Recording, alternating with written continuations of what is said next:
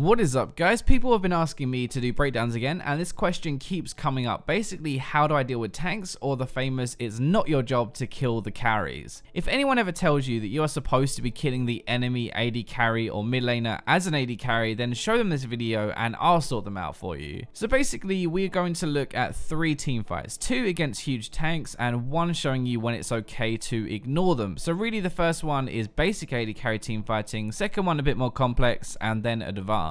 This first one is the basics of AD carry team fighting. Anyway, this starts off with a semi-catch onto Alistar, but once I see Poppy coming, I'm gonna back off. Whenever you fight in the jungle as an AD carry, you want to try and put walls in between you and your opponent. You get free damage over the wall and they can't get to you. There's 2 other smaller things as well here. You can see that I put a trap down here deliberately to give me more free time attacking as I was running away earlier. And the other thing is actually where I'm standing right here, the furthest point away from Poppy if she keeps on diving on. But as soon as I think she's going to run away, I'm going to start attack moving to my left so I'm able to follow her. Chasing is often really dangerous for an AD carry in case they kind of counter engage back onto you. We're actually going to see that in a second, but this is why I'm not netting forward. I walk back around to dodge the Luxie and ult in case she uses it, and I accidentally dodged the Ez ult too. I'm not going to lie, that was not on purpose. I'm going to be standing next to the wall in case I need to flash over it. Ezreal is also on the bottom side of Mundo, and I don't want him to be able to reach me with his Q because he outranges my autos and can kite me. This is where the fight really turns against us, but you can see I'm still focusing Mundo. Nidalee basically does what a lot of people do, and she just runs forward and starts to attack the carries, and well, you kind of see why you shouldn't do that. I keep attacking Mundo, I kite back, and we get that kill. When the others focus me, I have my flash and I dodge the Lux binding. So that is the basic idea. You focus whatever is in front of you, you chase if they run away, and you kite back if they run after you. Now let's look at one that's slightly more interesting. Okay, so even though you want to attack the closest target, you really want to be attacking the highest priority target that is safe to do so. This all starts from getting a pick onto Alistar, so it's a 5-on-4 at Baron, but we've taken damage already, so we still could lose this fight. This is the first thing. Lux and Ezreal are below me right now, but if I go for them, then Mundo is going to sandwich me from above, those 2 are going to come up from below, and I'll be completely boned. So again, I'm going to focus the closest target, which is Mundo, and I'm going to kite upwards away from the rest of his team.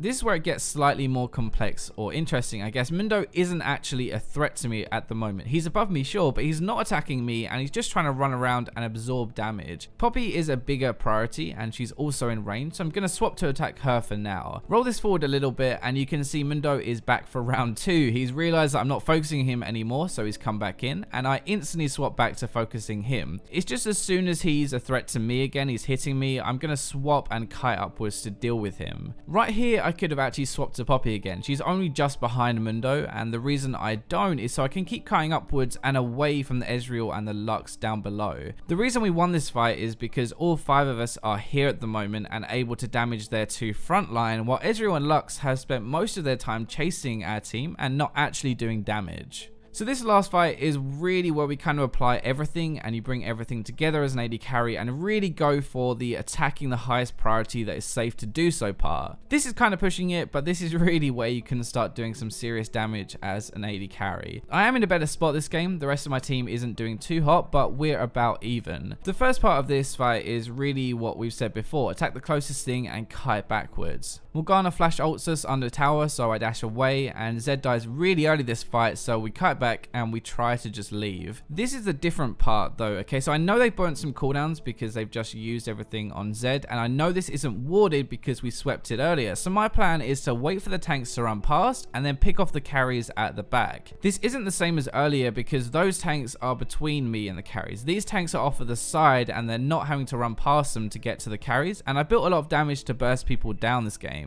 These tanks are looking at the rest of my team. They're not looking at me, which means they aren't a threat to me. Not going to lie, I'm pretty much relying on Annie to be looking at the team fight next to me and not at me in the bush, so I can kill her before she reacts. Thankfully, we do pull it off and we get the attention of Renekton, who runs after us, so we're just going to dash the wall. This flash is kind of a waste. I know he doesn't have his E because he just jumped over the wall, but I didn't know if his W was on cooldown or not. I'm going to run this forward very quickly to this point just to show you this. This is kind of a bit lucky really, but it's basically like sometimes you just can't run away. So your best bet is to turn and fight, try to kill them them before they kill you. Anyway, this is a bit of a different breakdown video to what I normally do because this is really summing up the basics of AD carry team fighting and kind of showing you how you take the basics and apply them a bit more. If you did like the video, then make sure you like it, subscribe, share, comment, and for now, I'll leave you with the robots.